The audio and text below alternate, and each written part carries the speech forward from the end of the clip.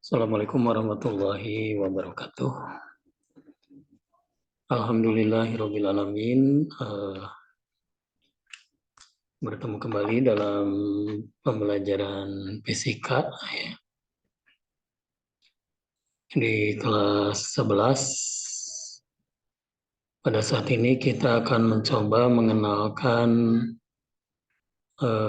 konsep elastisitas.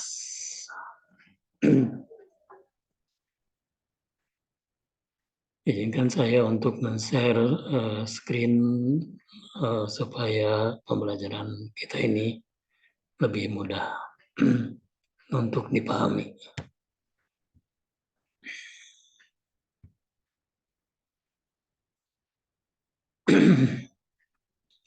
Baik ya, elastisitas ini adalah bahan ajar di kelas 11 MIPA pada semester ganjil ya.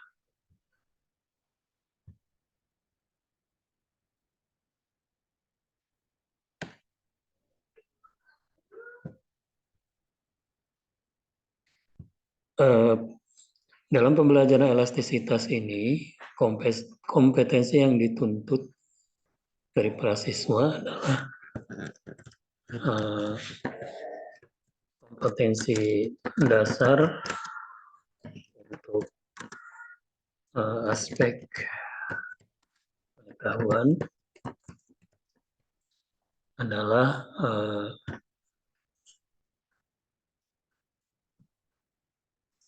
mampu menganalisis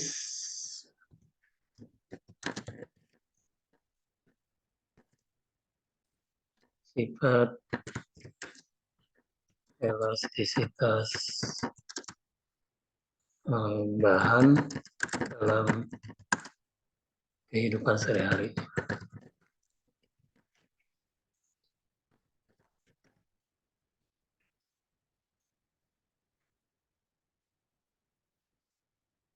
Memang yang akan kita kenalkan ini sebetulnya bahan-bahan atau yang ada dalam kehidupan sehari-hari. Jadi ada dua jenis benda, yaitu ada yang disebut benda elastis ya, dan benda plastis. Apa itu benda elastis? Benda elastis adalah benda-benda yang ketika diberikan gaya maka benda tersebut mengalami perubahan.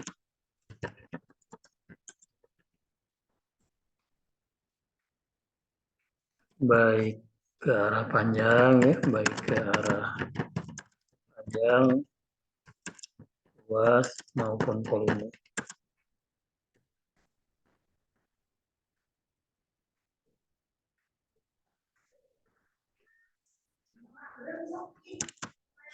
Akan tetapi ketika gaya dihilangkan, kita kembali ke keadaan semula.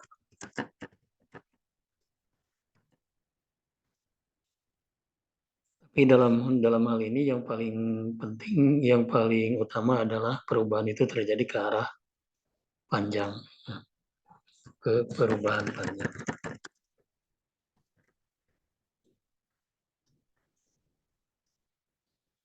Contoh benda-benda elastis yang paling dekat dengan kehidupan sehari-hari kita adalah karet gelang, kemudian per ya. Kita menyebutnya kadang disebut pegas. Ini adalah benda-benda elastis. Kemudian yang kedua benda plastis ya.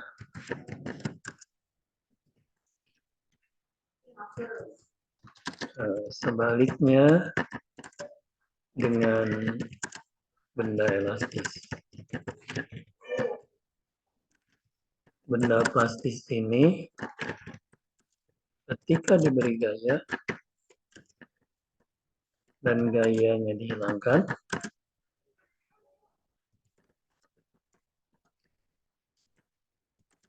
maka benda tidak kembali ke keadaan semula.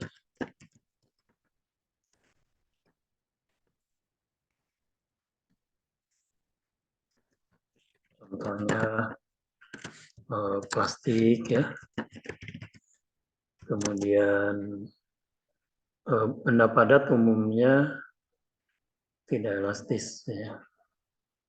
Benda padat dan tidak kenyal gitu ya.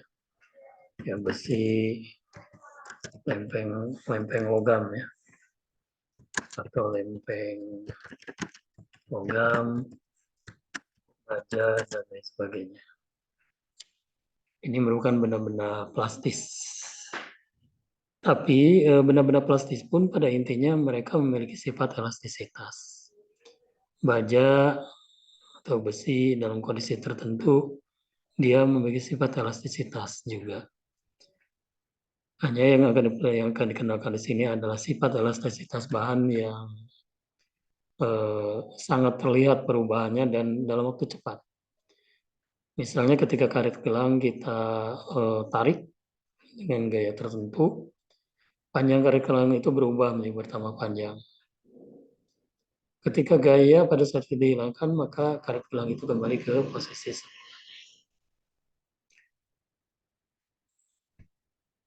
Atau pegas. Pegas juga demikian. Ketika diberi beban, panjangnya berubah.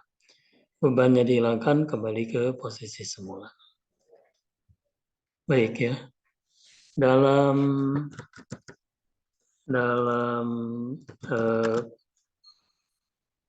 elastisitas ini,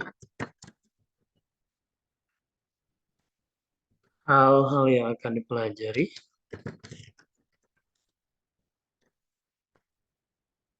adalah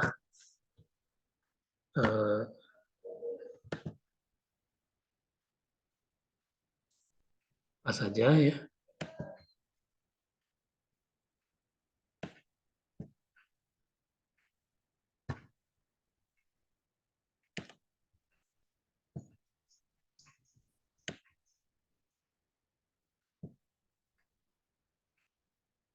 Tidak biasa, hal yang akan dipelajari adalah yang pertama, kita akan mempelajari konsep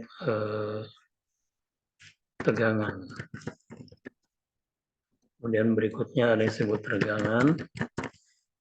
Dan berikutnya ada yang disebut modulus elastisitas.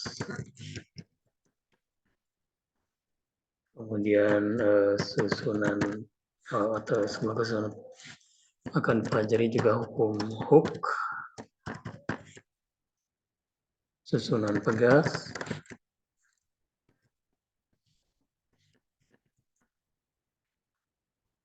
maupun besaran-besaran yang berpengaruh, besaran-besaran yang ada pada konsep elastisitas.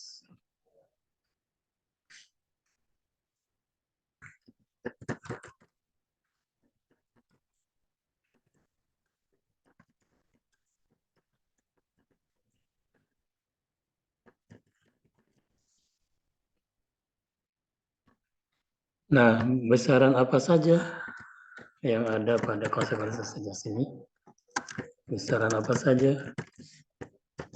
Ya, seperti tadi di awal disebutkan, ada yang disebut tegangan, kemudian regangan, kemudian modulus,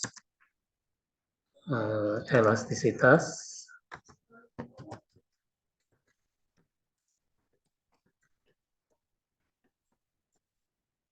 kemudian ada gaya pegas, pertambahan panjang pegas, kemudian konstanta pegas,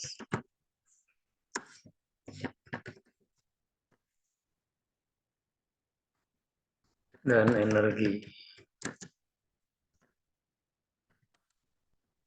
potensial pegas. Nah, materi-materi tersebut akan kita pelajari lebih jauh di dalam pembelajaran. Kemudian juga untuk pembelajaran ini ada kegiatan praktikumnya juga. Kegiatan praktikum ya. Kegiatan praktikum dengan tujuan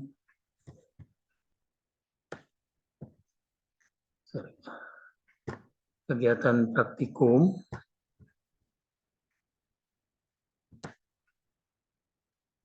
ini dimaksudkan untuk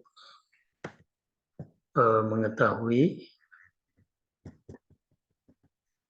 sifat elastisitas dari atau untuk mengenal elastisitas, konsep elastisitas. Dalam kegiatan praktikum ini kita akan mencoba mengukur konstanta pegas. Alat bahan yang digunakan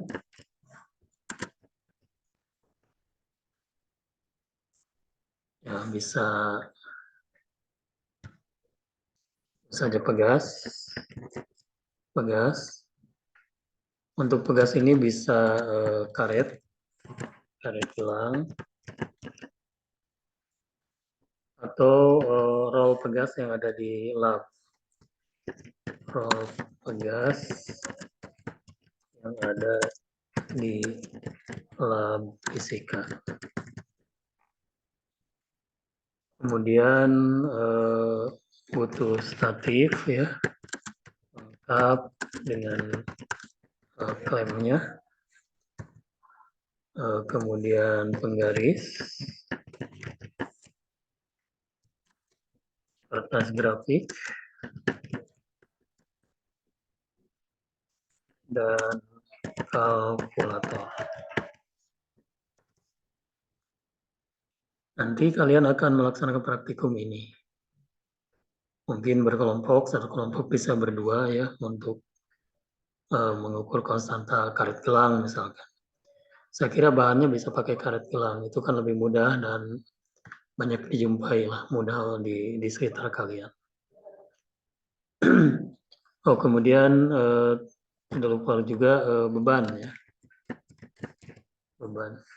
Untuk beban ini bisa menggunakan beban bercelah yang ada di laboratorium. Tetapi jika hal itu sulit, beban ini bisa apa saja.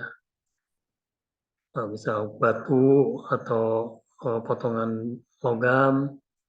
Yang penting bisa digunakan untuk untuk menjadi beban dari pegas tadi. Hanya untuk beban-beban yang masanya belum terukur ya kita berarti membutuhkan timbangan ya. Karena itu data ukuran massa bendanya diperlukan juga untuk mengukur gaya yang diberikan pada pegas. Nah, nanti setelah praktikum, pertama pengambilan data dulu, kemudian selanjutnya nanti pengolahan data. Pada saat pengolahan data itu dibutuhkan tadi kertas grafik, kemudian kalkulator, dan lain sebagainya. Karena nanti harus dihitung, sehingga nanti tiap karet gelang yang digunakan percobaan bisa diketahui besar konstanta pegasnya. Ya. Dan selanjutnya bisa dihitung juga dari potensial pegas, bisa dihitung juga gaya pegasnya, dan lain sebagainya. Baik, saya kira-kira demikian yang bisa saya sampaikan ini untuk pengenalan materi elastisitas ya. Lebih jauhnya lagi nanti kalian akan belajar lebih detail. Ini hanya untuk pengenalan saja. Dalam elastisitas yang akan kita pelajari adalah seperti itu. Konsep elastisitas ini penting ya, karena dalam kehidupan sehari-hari kita banyak bertemu dengan benda-benda elastis. Kemudian juga dalam teknologi, ketika membangun jembatan, konsep elastisitas ini juga dibutuhkan, perlu dipertimbangkan.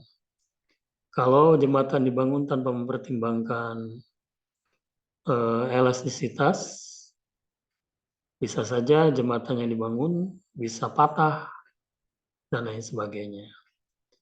Nah, ini sedikit cerita ya, kenapa ketika jembatan dibangun, salah satu ujungnya diberi ruang gerak. Nah, karena kemudian juga ada beban maksimal yang bisa melewati melewati jembatan. Karena tadi ada salah satunya adalah berkaitan dengan sifat elastisitas. Memang benda keras, tapi ketika benda berat lewat di atasnya, bisa melewati batas elastisitas dari jembatan sehingga jembatan bisa patah. Nah, lebih jauhnya untuk ini mungkin dipelajari di bidang teknik oleh perguruan tinggi. Baiklah, saya kira untuk pengenalan tentang materi elastisitas saya cukupkan sekian ya. Nanti ini dipelajari lagi lebih detailnya dalam pembelajaran di pertemuan berikutnya. Terima kasih. Wassalamualaikum warahmatullahi wabarakatuh.